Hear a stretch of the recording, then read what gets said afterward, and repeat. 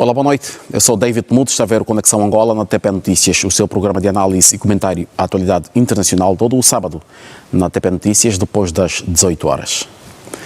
Já sabe que esse programa é realizado e produzido justamente a pensar em si, estimado telespectador, porque primamos a preferência da sua audiência e é por isso que durante cerca de hora e meia estaremos aqui a conversa sobre os temas que dominam a atualidade internacional. Por efeito, conto sempre com os préstimos dos meus convidados, que são comentadores residentes neste espaço, que passo a cumprimentar e a apresentar.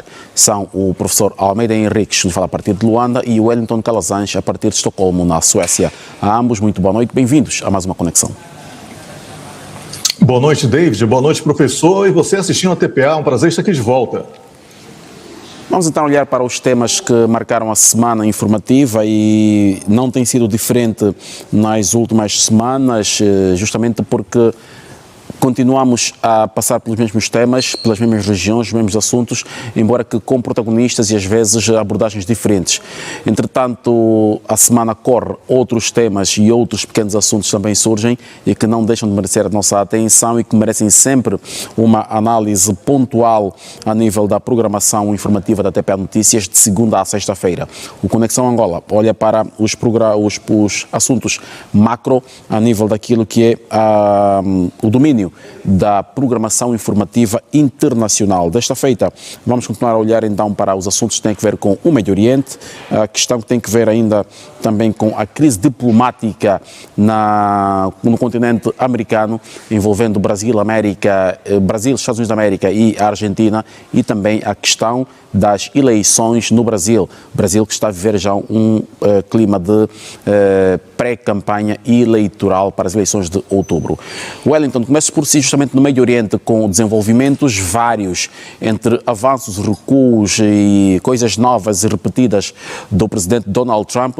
Eis que ontem o mundo foi surpreendido com uma notícia, com um facto novo. É justamente o facto de uma aliança constituída entre a Arábia Saudita, Turquia e também justamente o Paquistão. Em que consiste este acordo de defesa mútua entre esses três Estados? Como é que se vai relacionar? Como é que se vão relacionar esses Estados? Como é que Israel deverá encarar este acordo, sendo que o Paquistão, por exemplo, é um dos intermediários das negociações entre Estados Unidos, Israel e o Irão? E o facto de a Turquia ser um membro da NATO. Conhecemos o acordo, por exemplo, entre a Rússia e a Coreia do Norte, de defesa mútua, onde o ataque a um desses Estados permite que o outro vá em defesa do outro. Neste âmbito da guerra entre Israel, Irão e Estados Unidos, se o Paquistão, a Turquia ou a Arábia Saudita for alvo de um ataque do Irão, os outros dois Estados vêm em defesa, como é que fica o papel da Turquia na NATO? David, sua pergunta é muito interessante. Eu falo isso com muita tranquilidade, porque essa cópia do que é feito dentro da NATO, no artigo 5º, foi reproduzido nesse acordo. No entanto, é ainda mais aberto para possibilidades do que o da NATO, porque não há uma garantia de que um Estado irá intervir em solidariedade ao outro, dependendo de quem ataque ou dependendo das circunstâncias. Então, a sua pergunta é complexa, porque ao mesmo tempo que é uma assinatura de um pacto de defesa mútuo entre Arábia Saudita, Paquistão e Turquia, que foi firmado em Meca, nós temos que dizer que é um passo que vai além da simbologia, mas essa reorganização concreta de forças num tabuleiro que durante décadas Washington ditou quem podia ou não proteger-se, quem deveria ou não comprar armas a quem, e quem deveria curvar-se diante de qualquer ameaça fabricada pelo Pentágono. Esse acordo ele altera uma espécie de geometria de poder na região. E isso temos que dizer. Porque a Turquia, mesmo como membro da NATO, que você colocou muito bem, ela está vinculada a um compromisso defensivo que não pelo de Bruxelas e nem de Washington. O Paquistão, que é uma potência nuclear, estende o seu guarda-chuva para além do subcontinente. E a Arábia Saudita, que durante 70 anos aceitou a tutela militar norte-americana como preço pela proteção do trono, sinaliza que essa era acabou. ou pelo menos que não pode mais ser a única opção de defesa daquele país. Isso tudo vai ser jogado contra o Irão? Acho pouco provável.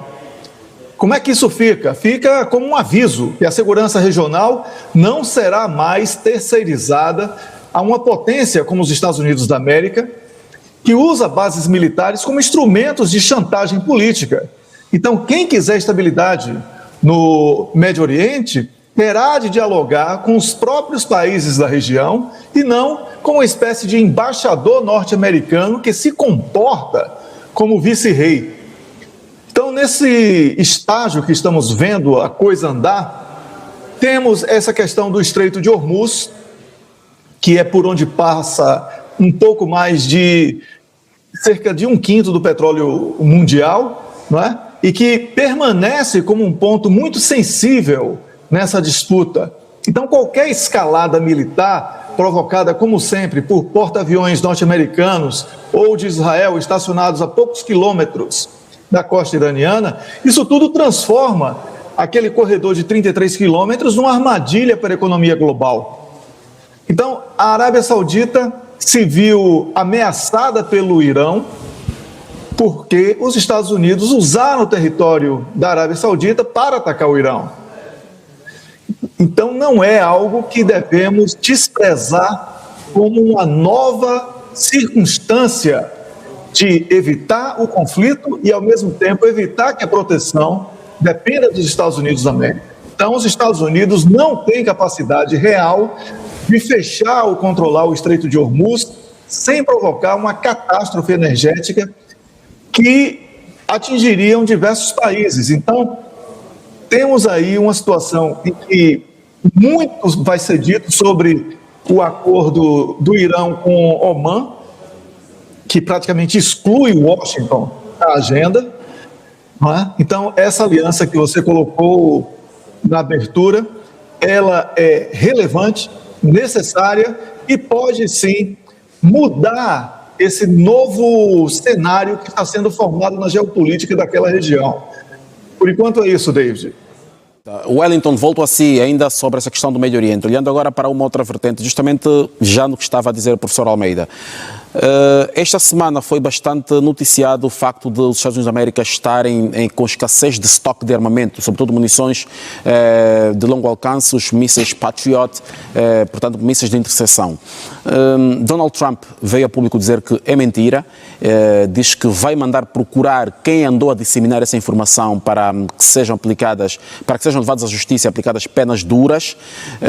Diz que ao mesmo tempo que o fim do conflito está para muito breve, numa altura em que, tal como dizia o professor Almeida, Netanyahu continua a discordar da nova estratégia de Trump para a região, tanto para o Líbano como para Gaza. Netanyahu diz que a segurança de Israel não está em negociação, mas Trump avança com novas estratégias que, ao que parece, não são negociadas e nem transmitidas ao Estado de Israel, e o Estado de Israel também mantém a sua posição. Há ou não falta de armamento para os americanos? As estratégias de Trump de ameaçar e recuar ataques massivos contra o Irão é um reflexo da falta de material bélico para o efeito?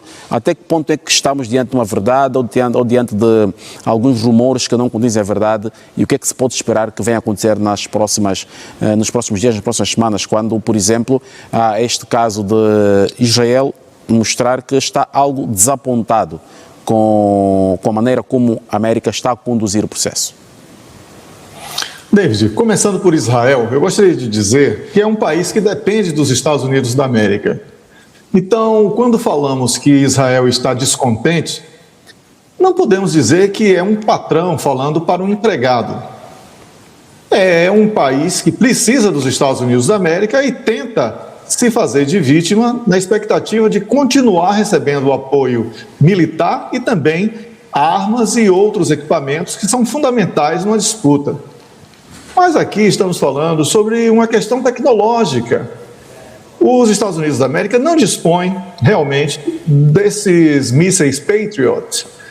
Por uma razão simples, a China cortou suprimentos essenciais para a fabricação de determinados equipamentos.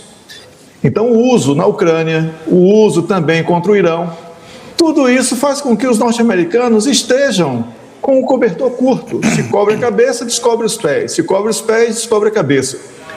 Então, Donald Trump, quando ele afirma que essa escassez de armamento nos Estados Unidos é uma mentira, né, ele tenta fazer com que a propaganda de potência superarmada, superequipada, que ronda a imagem da defesa norte-americana, ela possa parecer duradoura.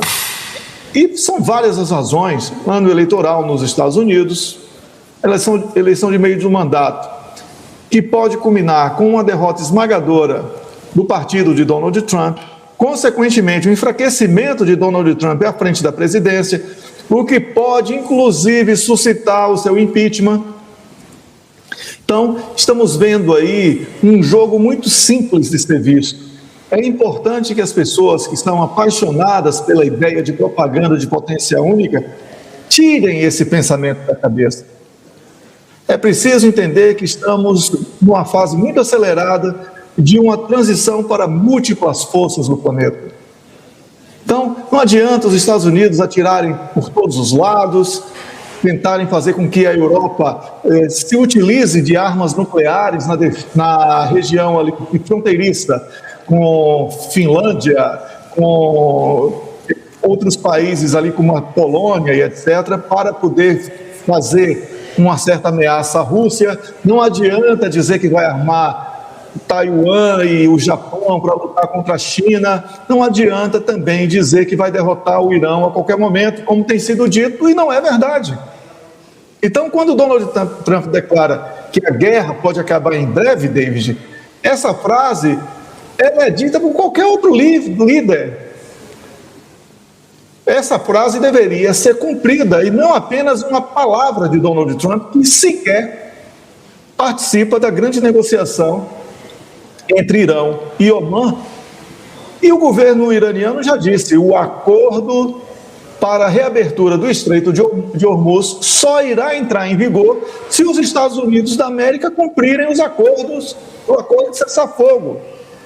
Como Israel não quer permitir que o seu parceiro Estados Unidos abandone a guerra, nós vamos ver muita sabotagem, nós vamos ver um movimento muito perigoso para essa guerra aumentar de maneira exponencial e muito perigosa, e que poderá culminar, inclusive, David, com a dualidade entre eleições nos Estados Unidos e a continuação dessa guerra, que vai colocar o Donald Trump numa situação muito desvantajosa nas urnas, mas que uma vitória do Partido Democrata não irá alterar esse cenário. Nunca podemos esquecer que foi ainda com Joe Biden que o Netanyahu recebeu total apoio, que a Ucrânia recebeu total apoio. Então, o que estamos vendo é uma política de continuidade de guerras, porque o objetivo maior sempre foi Rússia e depois a China. Esse entrave diante do Irão, ele é uma surpresa muito desagradável para os Estados Unidos da América e para Israel, e por isso nós temos essa continuidade de que temos uma guerra que não tem data para terminar também no Irão. Então, quando Netanyahu discorda publicamente desse novo plano de Donald Trump, de pacificação e etc., apenas ele tenta, no caso Netanyahu, se garantir no poder, porque ele sabe que se perder o poder, ele poderá ser preso. Então é uma disputa muito complicada, são várias questões pessoais que acabam por interferir nas decisões de Estado, e isso tem levado à aceleração do declínio norte-americano como potência, como conhecíamos há pouco mais de uma década. É isso, David. Obrigado, Wellington. Para outro tema que tem que ver justamente com a crise diplomática no hemisfério americano. O Brasil está neste momento a travar um braço de ferro diplomático com os Estados Unidos da América e com a Argentina. Os Estados Unidos da América cancelaram o visto da embaixadora brasileira em Washington, mas não recebeu ordem de expulsão para já.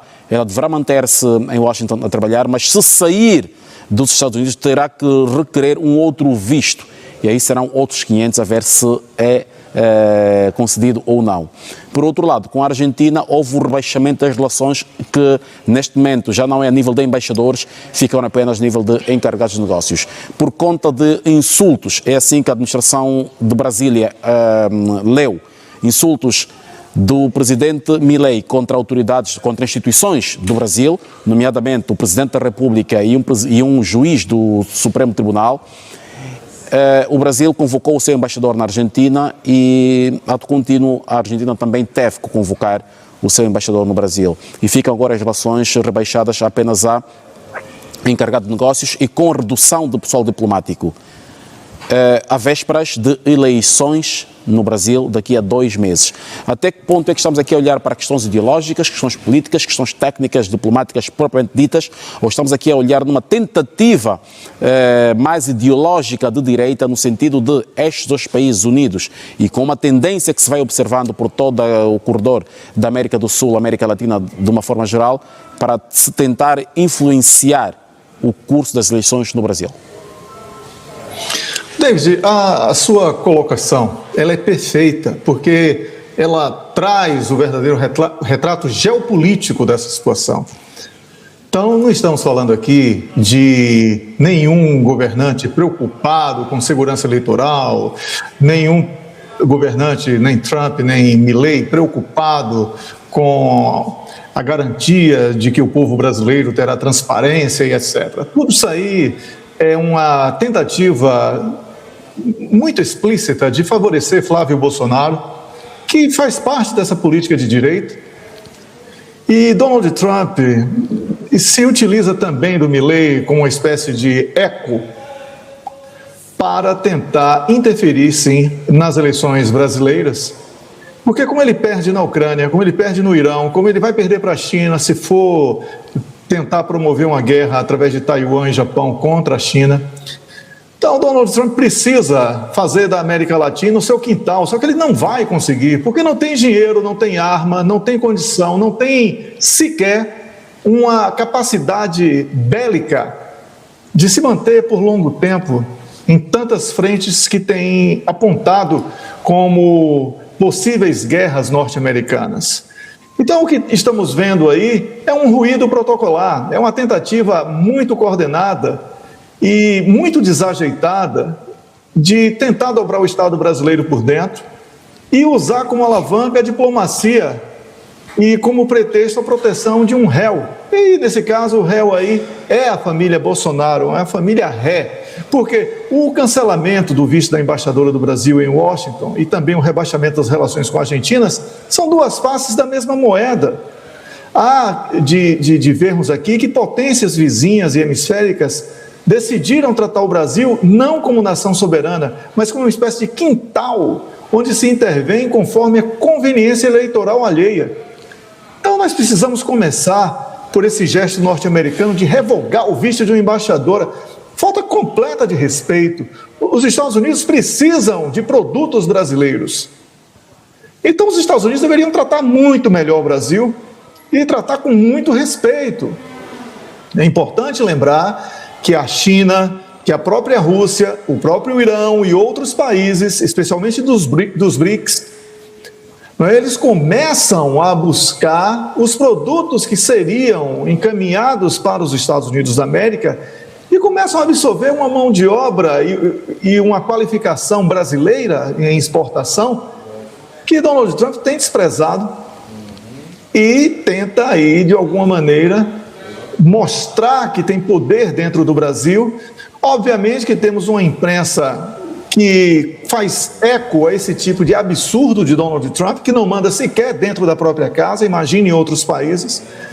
A Argentina, totalmente dependente do Brasil, não poderia tentar fazer esse tipo de confronto, mas Milei é aquilo que a gente já sabe que ele é, uma figura irregular, inconstante, totalmente carregado de problemas talvez da infância ou outras coisas que fazem dele uma criança eterna. Então, não podemos aqui questionar essa questão da chancelaria brasileira, confundindo a soberania brasileira com o governo Lula ou com a presença do PT no poder, porque Donald Trump não quer, porque o Milei não quer, porque isso não vai mudar. Então, vemos aí o Flávio Bolsonaro sendo uma espécie de protegido dessa articulação de Washington e também de Buenos Aires para tentar rebaixar o Brasil a um quintal, mas a Argentina não tem condição de fazer isso com o Brasil. E por isso a sanção brasileira contra a Argentina foi até mais veemente, deveria fazer o mesmo com os Estados Unidos, né? Mas aí é um outro debate, é uma outra questão. E o que o Brasil deve fazer é não ceder a esse espetáculo. A resposta diplomática ela deve ser fria, técnica e implacável, né? Os embaixadores dos países devem ser consultados, os mecanismos da OEA, eles devem fazer registro dessa violação do princípio de não intervenção. O Supremo Tribunal Federal e outros tribunais competentes precisam julgar Flávio Bolsonaro pelos crimes que já estão sendo apontados contra ele, para acabar com essa palhaçada internacional, especialmente dos Estados Unidos e da Argentina, que não tem nenhum direito sobre a soberania brasileira e tentam se fazer valer de uma aproximação comercial e talvez histórica para influenciar no processo eleitoral brasileiro. Então, não que eu concorde com o processo eleitoral brasileiro, mas aqui eu tenho que defender a soberania brasileira, não por ser brasileiro, isso eu faria por qualquer outro país. Nenhum outro país tem o direito de tentar ingerir sobre outro dessa maneira vergonhosa como Washington e Buenos Aires tentam contra o Brasil. O governo Lula deveria ser muito mais rigoroso, a diplomacia deveria ser muito mais rigorosa e deveria ser feita, sim, uma tentativa imediata de novos parceiros internacionais, reduzindo o peso norte-americano dentro da presença brasileira. Os Estados Unidos não são o grande parceiro internacional do Brasil. O grande parceiro internacional do Brasil é a China, como todos sabem, especialmente no agronegócio. Então, temos que ter muita atenção, David, porque esse assunto que começa com esse tipo de ruído, ele pode ser agravado de diferentes maneiras se o Brasil não souber tomar as medidas adequadas. Esperamos que saiba sim fazê-lo e que esse processo eleitoral ele não sofra interferência externa. É o que eu penso. Obrigado, Wellington. Wellington, 30 segundos para falar sobre as eleições e depois o seu positivo e negativo, faz favor. Pois é, David, sobre as eleições no Brasil, o ambiente que nós temos traçado é um ambiente de bastante tentativa de interferência a partir dos Estados Unidos e da Argentina, como foi comentado agora. Inclusive, o professor também fez um levantamento do ponto de vista diplomático muito interessante e precisamos estar muito atentos aos movimentos que daqui para frente, até o dia da eleição, poderão sim, de alguma maneira, interferir no processo eleitoral, seja através dos Estados Unidos ou da Argentina, ou também de países que estejam dentro dessa visão de ultradireita que tenta fazer com que tudo pareça suspeito. O meu negativo da semana, ele vai para dois países, Estados Unidos da América e Israel, que fingem que estão em campos diferentes, não querem a paz, eles fingem, um finge que quer a paz, o outro finge que quer a guerra e a guerra continua. Mas o preço de todo esse processo de guerra que tem sido encabeçado pelos Estados Unidos da América em especial, tudo isso vai pesar sobre os ombros de Donald Trump nas eleições de meio de mandato e certamente teremos, muito provavelmente, um recuo de poder por parte do atual partido de Donald Trump, o que poderá mudar em muitos sentidos as guerras e o andamento de como isso será conduzido daqui para frente, David. Eu agradeço a você, ao professor e também ao nosso público pelo programa de hoje. Obrigado, Wellington Calazans. Boa noite, até a próxima. Agradeço ao estimado telespectador também pela preferência da sua audiência, esperando sempre que a forma como os assuntos foram abordados tenham sido suficiente para elucidá-lo sobre os mesmos. Eu sou David Mudo, volto à antena quando for necessário aqui na TP Notícias. Boa noite.